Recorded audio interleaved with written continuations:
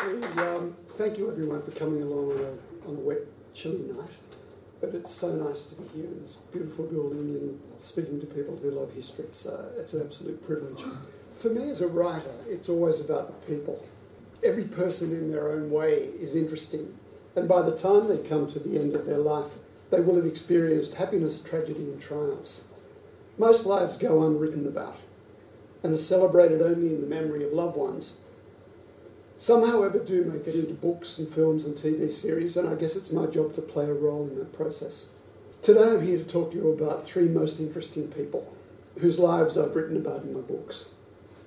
When I decided to chronicle Tilly Devine, Kate Leigh and the Razor gangs of the 1920s and 30s in my 2001 book Razor, and later when I researched and wrote Bumper about the two crime queens' nemesis, the legendary policeman, footballer and rogue Bumper Farrell, I had no idea what a treasure trove I was unearthing. I'd like to tell you a little bit about these wonderful Australian characters today. Each one was a writer's dream. So it's time to live dangerously. To get to know Tilly and Kate, you'll need to travel in your imagination back to Darlinghurst, King's Cross and Surrey Hills in the darkest years of the Great Depression, and specifically to Kellett Street, King's Cross, on August 8, 1929. There the gangs of the warring Sydney crime queens are gathering in this forbidding row of doss houses, sly grog shops, cocaine dens and brothels. As a cool, clear day turns into icy evening and the cocaine and the alcohol takes hold, animosity escalates. Cutthroat razors glint in the lamplight. A brick is thrown, a bottle shatters a window. A rifle shot ricochets off a sandstone wall. At 9 p.m, warfare erupts. The gangsters attack each other with razors, fists, clubs and bottles. Police are powerless to restore order, and it is only the heavy casualties on each side that finally brings the Battle of Kellett Street to a close, after a half hour's lethal mayhem. Tilly is there watching it all. Kate, although she has helped ignite the war, is not. She tonight is otherwise engaged, holed up in her home away from home, Long Bay Jail. And perhaps it's fortunate that she is, because her lover, Bruce Higgs, suffers wounds that require more than 200 stitches. Amazingly, in the Battle of Kellett Street, nobody is killed, but nor does anyone escape unscathed. That night, St Vincent's Hospital does a roaring trade. When police question the combatants, of course, true to the criminal code, no one saw a thing. They lick their wounds and prepare to fight another day and another. Now today, King's Cross, Paddington, Darlinghurst, Woolloomooloo, Surrey Hills are chic suburbs hosting million-dollar homes, cafes, restaurants and galleries. About the most daunting thing to befall anyone strolling there would be to step in some designer dog poo. Yet anyone venturing there in the 1920s and 30s took their life in their hands. For that was when Tilly Devine and Kate Leigh and the Razor gangs rampaged through East Sydney with its unsanitary, ramshackle slums teeming with criminals, alcohol and drug addicts, and those too desperately poor to escape to the city's burgeoning garden suburbs. Crime paid handsomely for brothel madam Tilly and the sly grog and cocaine dealer Kate. In their heyday, they were among Sydney's wealthiest citizens, with fortunes the equivalent of millions of dollars today. They ruled the traditionally male-dominated underworld because they were more ruthless, more violent, and much smarter than the men. Each notched over 100 convictions and served more than 30 prison terms. But after every incarceration, they cheerfully threw themselves back into the fray. They could have afforded to retire, but it seems they just enjoyed being bad. In the early 1930s, Tilly Devine ran as many as 30 brothels. She sported platinum blonde sausage roll curls, blood red lipstick, mascara when few women wore it, and full-length furs in summer. She had numerous homes, but her main residence was a grand brick bungalow with candelabra, state-of-the-art wireless, and a grand piano, which she could never play, at Maroubra. From its shuttered veranda, her husband, Big Jim Devine, shot rival gangster Gregory Gaffney dead. Tilly paid her gang well and provided security, food and shelter, and health care for her sex workers. Yet if they betrayed her by not handing over half of their earnings, or defecting to another matter, perish the thought, she punished them with her ring-bedecked fist, or the razor that she kept hidden in the luxuriant folds of a 150-pound silver fox stole. "I'll cut her guts out," she once shrieked, while dealing with a wayward prostitute. I'll cut a hole right through her. Most of Tilly's convictions were vice-related, but her rap sheet also included arrests for affray, notably for assaulting Kate Leigh, other crooks and prostitutes, police, an Oxford Street fishmonger, a party guest who flirted with her. She plunged a pair of scissors into his cheek, and hapless citizens who looked at her too long. She hurled a knife at her butcher after he sold her tainted meat. She adopted airs and graces. I'm refined, I am, but she was a harridan at heart. Once when sentenced to 6 months in Long Bay Jail, she turned on the judge, wrote one reporter of the day, Devine flew into a frenzied rage. Her face turned a rich purple, her eyes became piggish, and in a berserk shriek that could be heard all over the building, she poured out a stream of vile abuse. You don't effing give an effing woman an effing chance, you're all effing against me. And she didn't say effing. Tilly Devine was born Matilda Mary Twiss in the slums of Camberwell, London in 1900.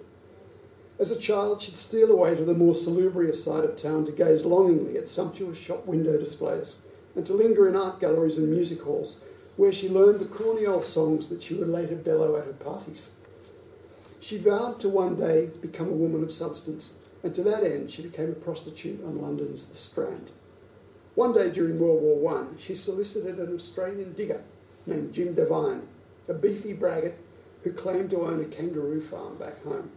Absolutely true, and she believed him. They married at the Church of the Sacred Heart of Jesus in Camberwell in 1917. Their first child, a daughter named Alice, died at birth, but they soon had a son, Frederick. Tilly left Fred at home with her parents when she joined Jim in Sydney in 1920. Straight after Waimana, she became a prostitute in King's Cross, with her husband as her pimp and protector. Petite and pretty then, with, it was said, a complexion of milk and roses and hair the colour of a hayrick in summer, Tilly prospered. As she got older and her features and demeanour coarsened, she became a madam, opening a string of brothels and hiring a gang of razor-wielding thugs to look out for her interests. Now, Kate Leigh's specialty was sly grog. Her groggeries, usually a back room in a Surrey Hills terrace, where after the regular pubs closed at 6 p.m, drinkers could guzzle alcohol, numbered more than 20 in the 1920s and 30s. She also sold cocaine and fenced goods that had been shoplifted by her gang from Mark Foys and David Jones. Born in Dubbo in 1881, Kate ran away to Sydney aged 10 and was regularly charged with vagrancy, prostitution, assault and perjury. She married and divorced, then lived with men who served as her lover and henchman as she forged a criminal career. Before age and the gangster life made her blasé, Kate was a handsome young woman. She sported a floppy, wide-brimmed hat from which dangled ostrich feathers, dabbed on a cloying perfume known as Jicky, and like Tilly wore furs year-round and large gleaming rings. Her temper erupted like Krakatoa when hoodlum Snowy Prendergast invaded her home at 104 Riley Street in Sydney in 1930 to attack her lover Wally Tomlinson. She shot Prendergast dead without a qualm. She always carried a pistol and a razor in her handbag, but she wasn't fussy what weapon she used. Said her nemesis, the legendary policeman of the era, Ray Blissett, whom I interviewed a year or two before he died. Ray was 92 and as sharp as can be, and it was such a privilege to meet somebody who was there at the coalface during this time. When I interviewed all the people for the book, they were very elderly and unfortunately most had passed away. But oddly enough, after the first edition of the book came out, people came out of the woodwork with letters and memories and things like that that had enriched subsequent editions of Razor. And just to digress, Tilly Devine's niece, Maureen Cox in London, contacted me and said, "Oh, I wish I knew you were doing the book about Aunt Till, because I've got a suitcase full of her letters." And I was just saying before, I was on the next plane to London and I was able to reprint a lot of those letters in the second and third editions of the book, which gave me a different take on Tilly completely and fleshed out her character, and she became more of a real person than the information that I had originally allowed me to portray her as. Anyway, back to Ray Blissett, talking about Kate Leigh. She wouldn't think twice about hitting a bloke over the head with a tommyhawk. Now, the long criminal careers of Tilly Devine and Kate Leigh were spawned by laws that were enacted in the early decades of the 20th century to eradicate prostitution, drunkenness and gambling, but of course having the opposite effect. In their wake, crime became a growth industry, as criminal entrepreneurs like Tilly and Kate gave the public what they wanted and they grew rich doing so. After the Pistol Licensing Act of 1927 ordered prison for anyone with an unlicensed firearm, outlaws began carrying cutthroat razors, which could be bought cheaply at any grocer's or chemist and concealed in a pocket. So if they're walking home and they're stopped by a policeman and he says, "Are you carrying a concealed weapon?" And he goes through the pockets and he finds a razor. He said, "No, I'm just going home to have a shave." And there wasn't much that they could do. And the razor became somewhat symbolic as well. It wasn't used to actually kill people, but it was used to mark them.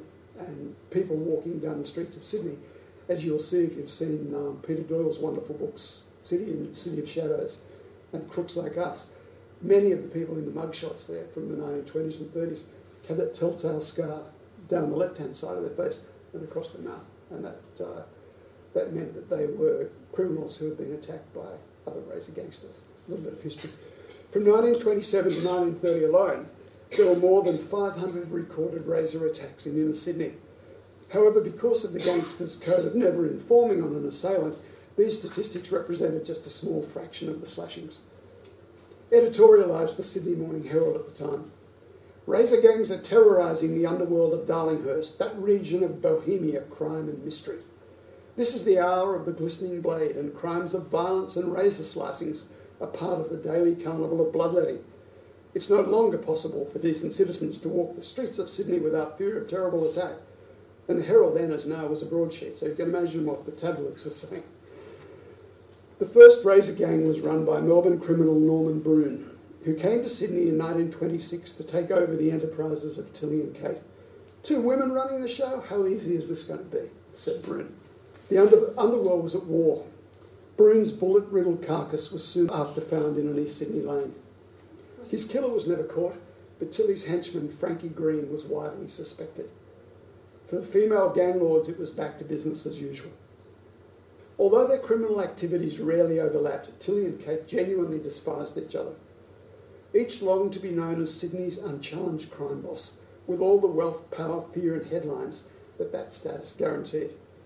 Kate ordered the beating and slashing of Tilly's prostitutes, and Tilly's minions ransacked Kate's grog shops and attacked her cocaine peddlers.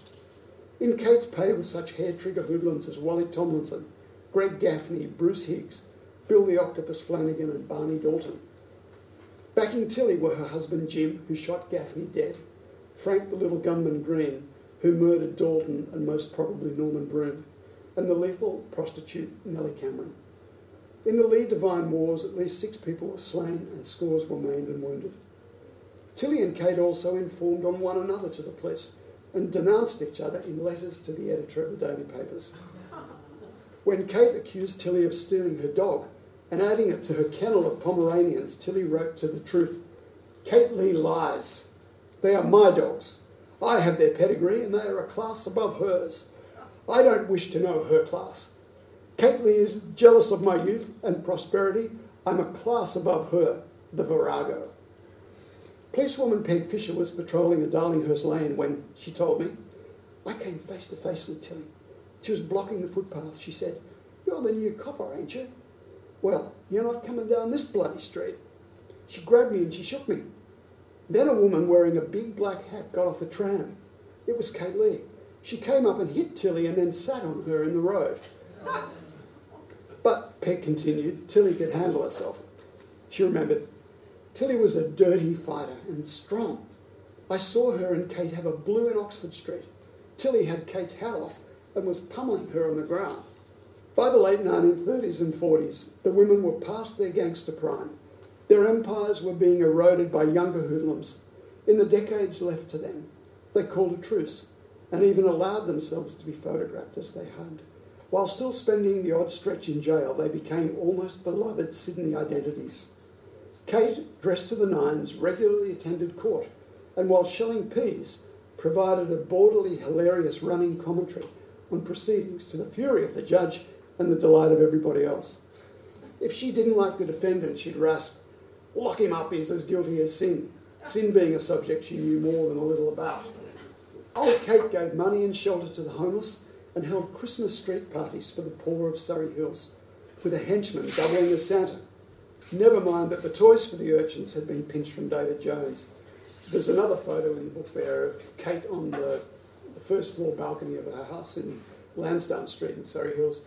And she's there and she's got this little character next to her dressed as Santa Claus. And in the street in front of her there's this crowd of people all waving and little children, and she really was a bit of a public benefactor. She'd hand out how to vote cards to the Labor Party as well. She's a great fan of Eddie Ward. Tilly gave freely to the Jesuits, the Salvation Army and children's hospitals, where she'd leave a stack of bills at reception and snap, "I'm not giving me name, just say I'm someone who loves children." Tilly divorced Jim Devine in 1943 and married a knockabout named Eric Parsons.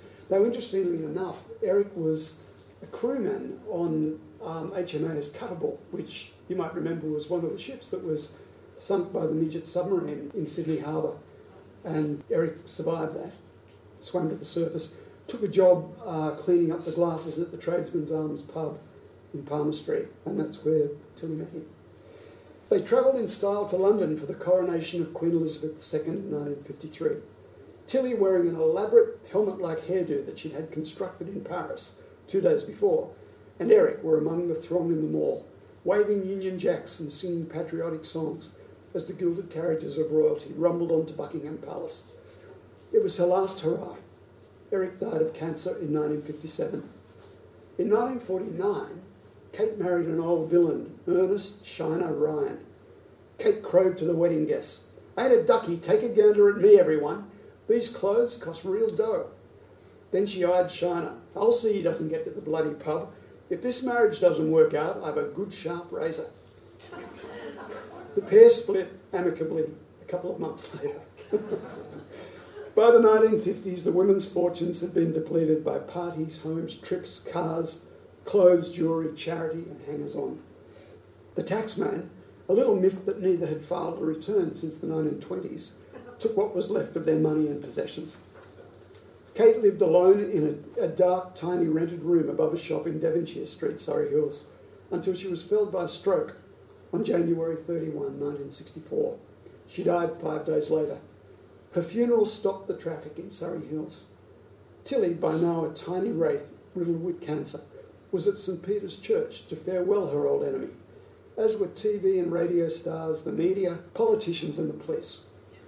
In the eulogies, Kate's 70-odd-year criminal career was overlooked. She was praised to the heavens. When Tilly died on November 24, 1970, she didn't fare as well.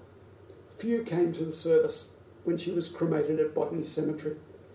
Daily Telegraph columnist Ron Saw wrote that she was, and I quote him, "a vicious, grasping high priestess of savagery, venery, obscenity and whoredom, one of the most frightening creatures spewed up by the razor gangs, who was charged with everything from consorting to malicious wounding, from indecent language to attempted murder.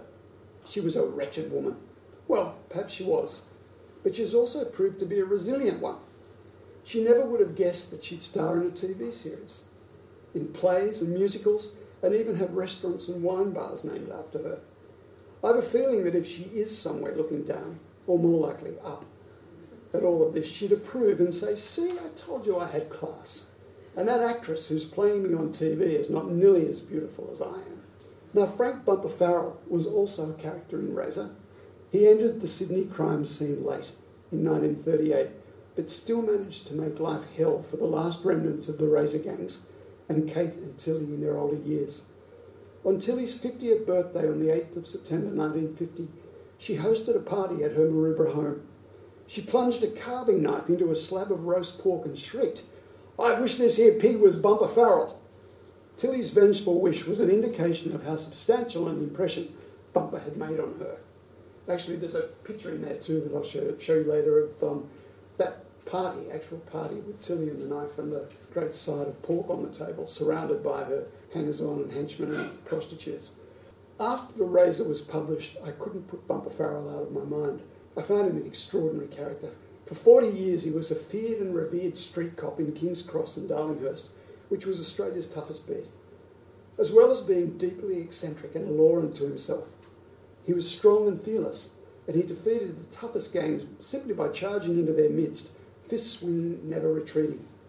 The hardest criminals, from Kate Lee and Big Jim, Tilly Devine, to Abe Saffron, Lenny McPherson and Stuart John Regan, genuinely were terrified of Bumper.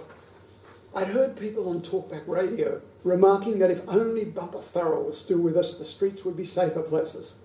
And I'd heard scores of old-timers, including my own father, say that they'd been saved from a life of crime when Bumper waylaid them in King's Cross or Palmer Street, booted them in the backside and sent them scurrying home. Now, if they were all telling the truth, Bumper wouldn't have had time to do anything else in his entire career than kick young boys in the bum and send them home. Bumper was also a champion rugby league player who captained the Newtown Bluebags to a premiership in 1943 and played with distinction for Australia against Great Britain and New Zealand in some ferocious encounters. He was also at the centre of one of Australian sport's greatest scandals when he was accused of biting off the ear of a rival player. A little more about that later. What I didn't know was what Bumper Farrell was like as a human being. And to any writer worth his salt, that's what matters. Who was the man behind the headlines? I had to find out, and Bumper, The Life and Times of Bumper Farrell, is the result of my search. Unlike when I was researching Tilly and Kate and the Razor Gangs of the 1920s, there were hundreds of people still alive who knew Bumper Farrell. And the key to finding the essence of Bumper was his family, however. They're proud guardians of his memory. They gave the project their blessing, and that blessing came in the form of many, many hours of interviews and access to the Farrell family's scrapbooks, letters and photographs. I also interviewed more than 160 of his friends and enemies and others whose lives he'd touched, from Ita Buttrose to Sir Nicholas Shahady to John Singleton and Roger Rogerson, to the bloke who sold hot dogs to Bumper at Sydney Stadium. They kindly shared their precious memories. Not that my book is a hagiography.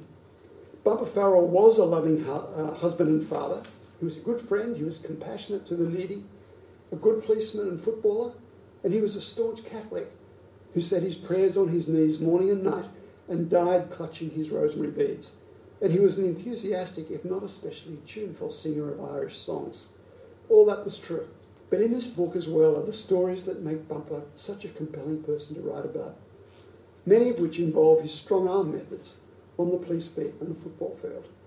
Maintaining law and order in those wild years, in those wild places, called for a particular type of policeman, and Bumper Farrell filled the bill. He was a devotee of the Darlow way. There was the right way, the wrong way, and the Darlow way. He believed that prostitution, having a bet on a horse with your neighbourhood bookie, an alcoholic drink after 6 p.m, even though against the law, were minor crimes, part of the Australian way of life, and that those providing and enjoying these activities should be left alone so long as other more serious crimes, such as murder, grievous bodily harm and extortion, were not committed in their execution. Of course, police knew there were brothels in Darlinghurst, just as they knew there were gambling clubs and SP bookmakers in inner eastern Sydney. Virtually all of Sydney knew. But under the laissez-faire policies of successive state governments, police were ordered not to shut these places down, but because public demand meant that they would always open somewhere else to ensure that they were operated in an orderly way in that region of Sydney. The last thing they wanted was brothels and sly grog shops opening up in Mosman or Burwood. At least that way they could control them. Bumper's role and that of his fellow officers was to maintain the peace and contain and control the brothels and gambling establishments, keep out predatory standover men extorting money from proprietors, and protect those who were employed there. Although late in his career Bumper became head of the vice squad at Darlinghurst, he was always a beat cop at heart. He was a policeman who pounded the pavements, dispensing rough justice and kindness in fairly equal measure. He was a man of the streets and he was a man of the people. With a combination of folksy benevolence and menace, he swaggered through his domain. Bumper liked to call Chapel Lane, with its many brothels, Rowing Boat Road, because there's oars on both sides. If you were law-abiding, you were safe. If you were not, look out. To the criminals, drunks, brawlers and troublemakers, Bumper, who from the first had a physical approach to law enforcement, made himself a nightmare. He was a fiercely protective man who jealously guarded his territory, whether that territory was the scrums of rugby league or the streets of East Sydney, dealing severely with those who tried to invade his turf. From joining the police force in 1938 until he retired in 1976, Bumper was renowned for his willingness to use whatever means necessary, including muscle, to enforce the law and protect the innocent. His job was policing Tilly's brothels and Kate's sly grog shops, the gambling clubs and SP bookie dens, investigate break-ins and assaults, rid the streets of brawlers, drunks and punks, and the public toilets of sexual predators. His modus operandi in dealing with villains was simple. He'd subdue them, which sometimes involved rendering them unconscious, and then he'd frog march them to the Darlinghurst locker. Though he shambled along the street with a slow rolling gait, stopping to chat about life and footy with citizens on the way. When duty called, Bumper was capable of astonishing speed, agility and ferocity.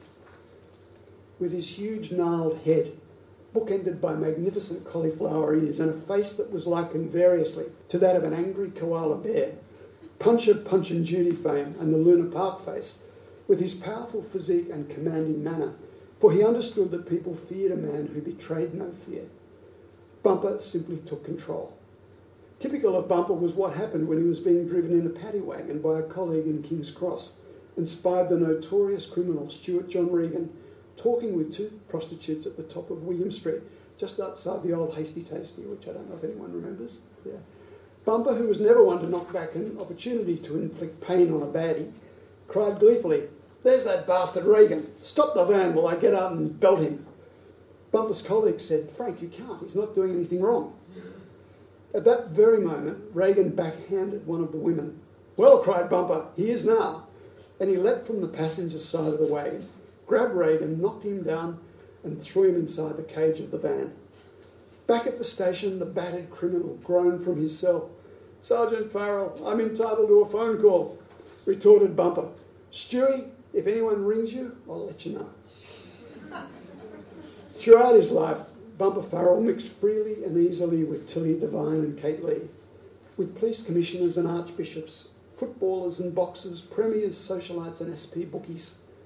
His parents taught him to kowtow to nobody, to treat the mighty and the lowly alike exactly as he felt they deserved to be treated. He refused to modify his speech, manner, attitude or clothing, no matter whose presence he found himself in. He once grabbed the New South Wales Premier, Sir Robert Askin, in a headlock, and though Askin squirmed and squealed, Bumper refused to let go. And he had a celebrated exchange with Police Commissioner Norman Allen. This is in the days before Allen was discredited as being totally corrupt. Allen made a VIP visit to the police station and found Bumper slouched as usual at his desk, shirt out, tie askew, smoking heavily. All the other cops leapt to attention, not Bumper. Barely looking up at the Commissioner, he grumbled, "Oh, g'day, Norm." Allen was furious at this insubordination and upbraided Bumper. "When are you going to start showing me some respect, Sergeant Farrell?" Bumper eyed the Commissioner coolly and said, "When you start showing some ability, Norm." Bumper could get away with it because he had a vast network of informants, including Tilly and Kate, who were both valuable and voluble sources of information, especially when they were dobbing each other in. And he was the best connected policeman in Sydney. Homicide was not his beat, but his sources were utilised in all the major Sydney crimes of his era, such as the kidnapping and murder of Graham Thorne, and the car bomb murder of Vice King Joe Borg, the man who had finally run the elderly Tilly Devine out of business in 1968. Bumper had a soft spot for the working girls of the Palmer Street lanes, and they blessed him, especially on Friday and Saturday nights, when mobs of men would gather in the brothel lanes, drinking heavily and abusing the sex workers, who stood in the doorways or in windows of the brothels. Bumper would teach hooligans respect for women by having an officer drive him in a van to the lane's entrance and wait in the vehicle, headlights off, until the lane was jammed tight with men. Then he would order the driver, often the young Roger Rogerson, for it was Rogerson who told me this story, to gun the vehicle down the narrow lane. As he approached the men, who couldn't flee for they were so tightly packed in, he'd open his passenger side door. The yobbos would be knocked to the ground or thrown against the buildings. The prostitutes applauded. As Rogerson recalled to me, it was like the running of the bulls in Pamplona. If the bull bar didn't get them, the door did. At 5:30 a.m. on Christmas Day 1975, a fire broke out in the basement of the 4-storey Savoy Hotel in Darlinghurst Road, King's Cross. Flames swept up 2 wooden staircases and turned the hotel into an inferno.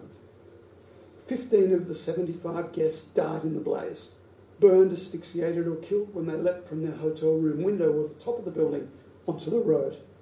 Scores were injured.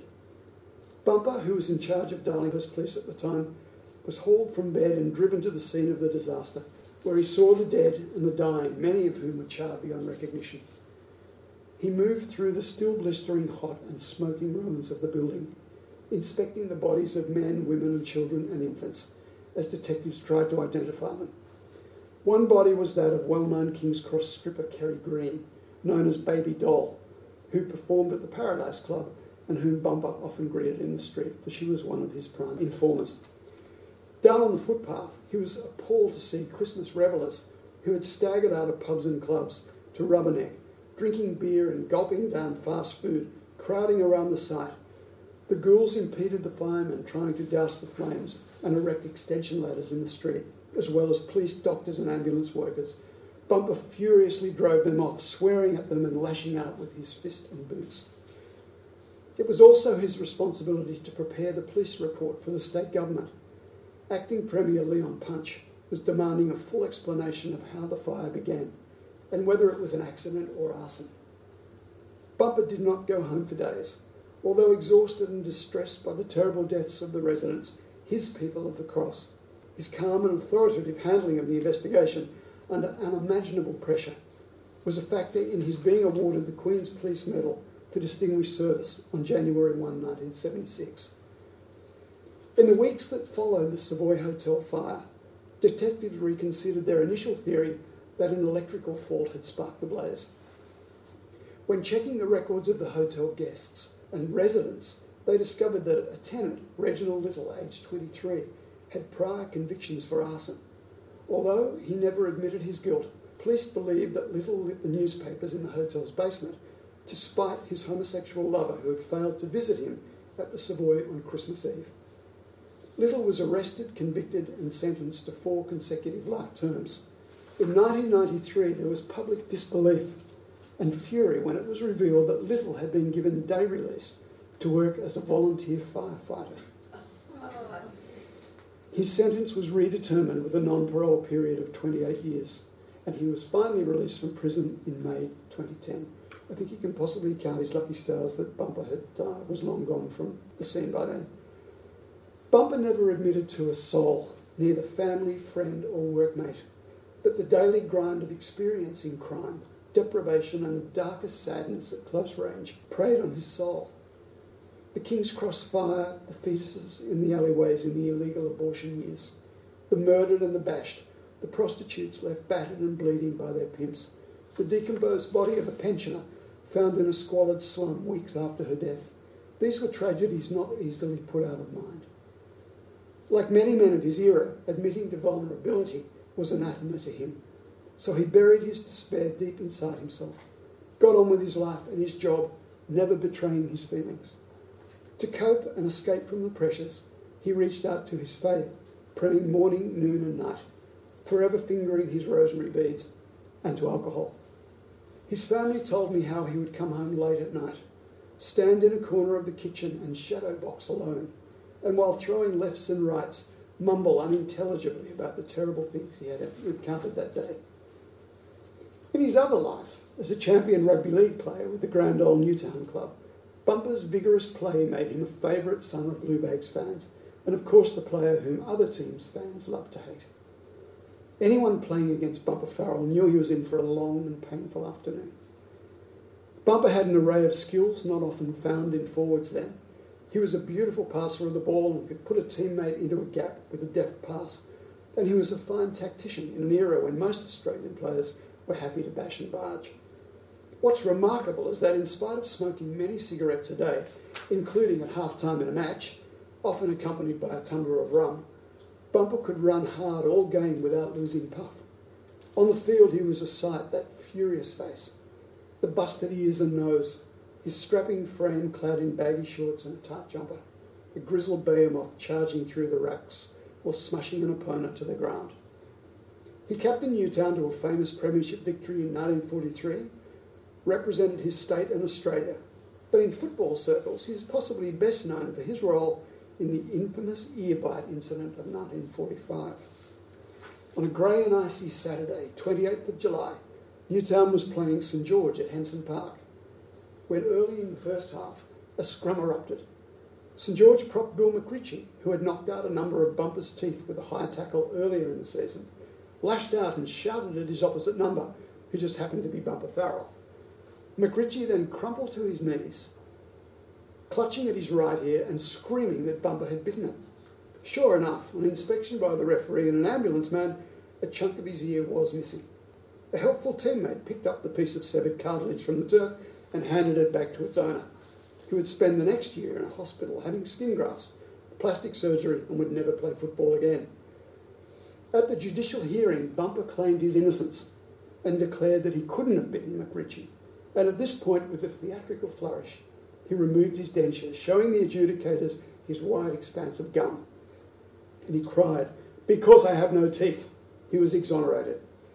Now, when I was doing research for that book, I spoke to a lot of his old friends and cronies, and I said, "Now, did Bumper have any idiosyncrasies or any little peccadillos that I could put in the story, in the book, to help bring him to life?" And a number of them said to me, "Well, there was one thing he did. He used to have this party trick.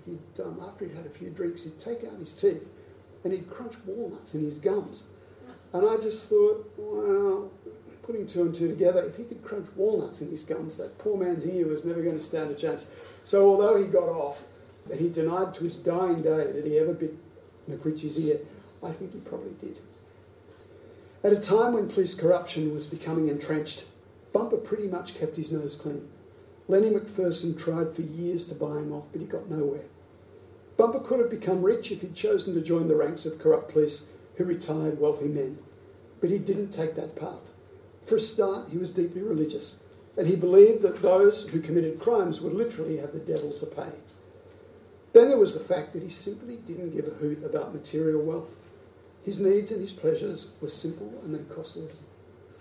He fed his family and his pets, went to the church, drank and sang with his mates, and so forgot about the horrors of his job for a little while. He went to the footy and the fights, and he body surfed. The journalist and author Bob Bottom, who has been exposing corruption in high places in New South Wales for 40 years, told me that he had never heard or read of Frank Farrell's name mentioned in connection with systemic police corruption. Further evidence is that he never had any money, and the day after he retired from the force, aged 60, he started work as a security guard for News Limited down in Surrey Hills. Now, Bumper wasn't a saint. He was violent, he drank a lot, and he swore like a trooper. Nor did he say no when grateful constituents gave him small gifts, say a box of apples from the holder of a market stall which he protected from pilferers or protection racketeers, a sugar bag of fish, or a meat tray from a fishmonger or a butcher, a bottle of rum from a publican who appreciated that Bumper's presence in his bar deterred trouble, a plate of chicken sandwiches and a schooner of beer from a club owner perhaps. When offered envelopes containing a £10 note, he may have bought himself a drink or a pie and sauce. He might have given it to the police boys or the benevolent fund or the cash box at the Catholic Church. More likely, he simply put it down somewhere and forgot about it. People showed their gratitude by repairing his car and pressing upon him animals, small boats, tools, even a water rat coat for his wife Phyllis. Once during a storm, a boat was torn loose from its moorings in Sydney Harbour. The frantic owner notified Bumper, who dispatched the water police to save the craft before it could be dashed to pieces. The grateful fellow produced his chequebook, saying that he wanted to make donation to the Police Benevolent Fund. "Bugger the Benevolent Fund," interrupted Bumper. "Just write that cheque to Francis Michael Farrell." His eccentricities were many. He drank his tea straight from the saucer after blowing it cool. He downed rum and milk with a flag ale chaser. He went barefoot and held his pants up with rope. He had a habit of scratching his stomach just to the right of his navel, so all of his old Chesty Bonds t-shirts had a hole in the same place. When he had a sore throat, headaches or stomach pains, he swore by swallowing a spoonful of Vicks Vapor Rub. And when his family was suffering, he ensured that they too took Dr. Farrell's all-purpose panacea. Another of his cure-alls was methylated spirits to heal cuts, as aftershave lotion, to splash randomly over his chest, back and feet, and as far as I know, to drink. In the bath, he scrubbed his skin red raw with a hard bristled brush and treated the abrasions with metho. Right after his prayers, the last thing he did at night, before he went to sleep, was to take his dentures out. His family remembers the time when he forgot to remove his dentures and they fell out onto the floor while he slept, and the dog picked them up and ran around the house with them in its jaws. Bumper owned cattle dogs, a horse, hens and roosters, geese, canaries and parrots, and when he drove, it was always in first gear. He thought nothing of commandeering a police launch to take him home to Narrabeen and then 50 metres offshore, diving overboard and swimming to his home by the beach. When Bumper died in 1986, aged 69, his brother Bluey Farrell was heard to mourn. Gone too soon, gone too soon. And you know, Bluey was right. Many agree that we could possibly do with Bumper Farrell patrolling our streets today. Then again, perhaps, with the publication of his biography, Bumper is back on the beat. And with Razor, the book, and the TV series and DV based upon it, his old adversaries, Tilly and Kate, have returned to life too, giving merry hell to each other and to us, the law-abiding public, whose guilty pleasure it is to vicariously enjoy their adventures, even if from the comfortingly safe vantage point of 60 or 80 years or so. Thanks everyone for coming out this evening and listening.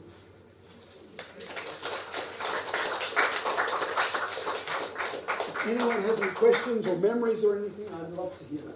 I wondered if you had any plans to write about Abe Saffron. Look, he's already been written about. Tony Reeves did a book called Mr. Sin, wasn't it? Yeah. That's right. Did another one on Lenny McPherson called Mr. Big, I think. But no, I'm not a crime writer as such, in that I enjoyed doing this, but I've just finished a book with Rod Laver, and my next book is going to be about the 1936 Australian team that went to the Olympics in Berlin, the Hitler Games. I've been lucky enough to find the sole surviving member of the team and track down a lot of the documents and so forth. So I don't think I'd like to do crime the whole time. You know, I like to vicariously enjoy it as well. You know, I like reading about it, but I've had enough of it for a while. Growing up at King's Cross in the 50s and 60s, I was a bit surprised by your admiration of Bumper Farrell. Although I wasn't associated with any criminals that I know of, everyone regarded him as some sort of bastard. Yeah, he certainly divided opinion. Yeah, the book doesn't, and I don't think I did either. I mean, I brought out not really to horrify everybody, I talked about the more positive points tonight. Well, I think, you know, biting people's ears off and summarily beating up people is possibly as far as he went. Yeah. But before I did the book, I was very careful to make sure that he wasn't corrupt, or at least not corrupt to the same level as Norman Allen and Fred Cray and those other people. And a couple of people, Tony Reeves in his book Mr. Sin actually portrays Bumper as a corrupt cop. And I rang Tony in Brisbane where he lives and said, look, you know, you've said that in your book, I've been thinking of doing a book about Bumper. Can you give me the evidence? And he said, well, it's just what someone told me. And I said, who was it? And he said, well, I don't know, everybody knows. Everyone accepts that he was. And then I went to Bob Bottom, who knows everything about that era, and he assured me that he was. And then I felt, okay, then I can do a book about this extraordinary guy. I don't like him. Part of the problem writing about these people is that you're often seen as glamorising them, but I've tried to be really careful not to, and to show that everyone's human, everyone does good and does bad, and I try to portray that as well as I can. The other thing I was just going to mention is with the Razor gangs, as kids we were always told, you know, don't go down Woomera and don't go to Paddington, but King's Cross where we lived, that was quite safe. There were lanes. I mean, there were to talk to people in Paddington. There were. Well, yes. I mean, that was it. I think if you were there in the 50s, there was a terrible riot in Kellett Street which I talk about there, and there were numerous battles in the late 20s and early 30s. In fact, one of them is commemorated on the footpath on the corner of Macleay Street and Kellett Street. They commemorate the Kellett Street riot where the Razor gangsters got stuck into each other.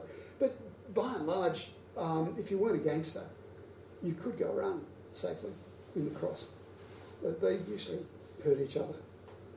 The thing with the Razors, though, is that it became almost a fad. And more you'd find in incidents of domestic violence in the suburbs, or somebody would have too much to drink, and whereas once there would have been a case of somebody might have hit someone else with a cricket bat or an iron or a punch or something, more and more the first thing they thought of was the razor. And so that tended to be used until they went out of fashion again. Well, I lived in Surrey Hills as a child, and I agree with what you say, that it was not a nice place to live. We were there because of circumstance of losing my grandfather in the war, First World War, and we had problems with, Second World War. So we were living in a tenement, I suppose. But nothing ever happened to me in that place. Yeah. There were some pretty horrible things happening around us, and a few times Bumper Farrell was called to the house next door, which was horrific of a weekend. Drunkenness and spear guns and nightmares. And I've had him actually shout at me when I stood at the window and telling me, to... Who, Bumper? Yeah. Yeah. They had the Black Mariah, Yeah. and they were loading these people in because I was looking through the window at about 11 o'clock at night. Yes. 12, I don't know, it might have been 2 o'clock in the morning, and he sort of was telling me to sort of, He was afraid you'd see some police brutality, I suspect. Well, but the things that those people see, I have a daughter-in-law that's in the police force, and she has a very bad opinion of a lot of people because they see so much of the wrong side of humanity. So when they come across those people, they don't treat them like human beings. No, how'd you like that? What a job. Every time the phone rings, you It'd be knock on the door. Yeah, horrible job. And I remember as a young girl being at the Tech in Broadway, and I could walk from Broadway back to Surrey Hills in Albion Street overnight at 7:30. Nobody came in, nobody touched me, I was safe. Yeah, people were safe. It was not I'm a not quite games. sure if I'd like to do that now. You possibly could As a now. 17-year-old. Yeah. I don't think I'd be as safe No, now I think as you're I probably was back in the 50s. It's a different kind of crime. It's a different kind of crime, I think.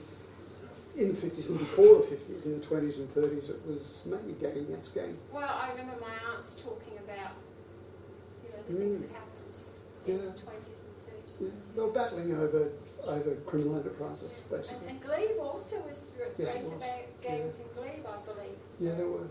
But as this gentleman said, you stayed in your own village, and you didn't go sort of out of your village, and you were safe there because everybody knew you belonged there. So it was like little communities all over anywhere. Ray Blissett was a Glebe policeman before he was moved into the city to do that. And he used to go up and when I think there were trams in Glebe in the 20s, 30s, and 40s, and Ray would ride up and down on the back of the tram carrying a piece of wood. There was no crime. That time it was a different era, a totally different era, and a lot of it can't be justified, but it happened, and it's all marvelously documented. What was wonderful for me doing these books was to get the transcripts of the court trials, because then I was able to nail the dates, exactly what happened, and also find the vernacular, the way people spoke to each other, and the slang they used as it was recorded by the transcribers in the courts. That's one thing I must ask you. I remember prostitutes being called in those days as chromos. Have you heard that? No, I haven't. No. And I heard of a man that used to live in Glebe that I was speaking to about maybe 15 years ago, and he said, "Oh, the bloody chromos." And I went, "My God, I haven't heard that word I for." wonder where that comes from. What the derivation of that is. Interesting. I've never heard that expression. You've not heard that? No. Okay. No. But that was a common terminology for prostitutes. They called chromos. Goodness me. Please join me in thanking Larry so much for coming here. Thanks, everybody. It was lovely to talk to you. Fantastic.